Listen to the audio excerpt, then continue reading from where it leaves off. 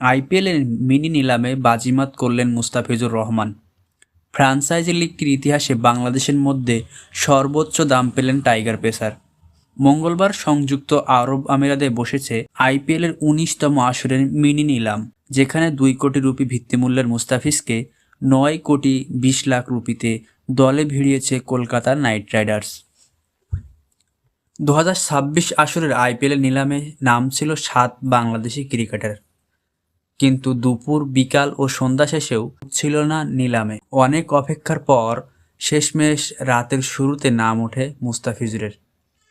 সঞ্চালকের মুখে বাংলাদেশি পেসারের নাম উচ্চারণ হতেই প্রথম দাম হাঁকায় দিল্লি ক্যাপিটালস, লড়াইয়ে নামে চেন্নাই সুপার কিংস, এরপর যোগ দেয় কলকাতাও। ৩ ফ্র্যাঞ্চাইজির কাড়াকাড়িতে দ্রুত দাম উঠতে থাকে টাইগার পেসারের। শেষ পর্যন্ত চেন্নাইকে হারিয়ে নিজেদের করে নেয় কলকাতা।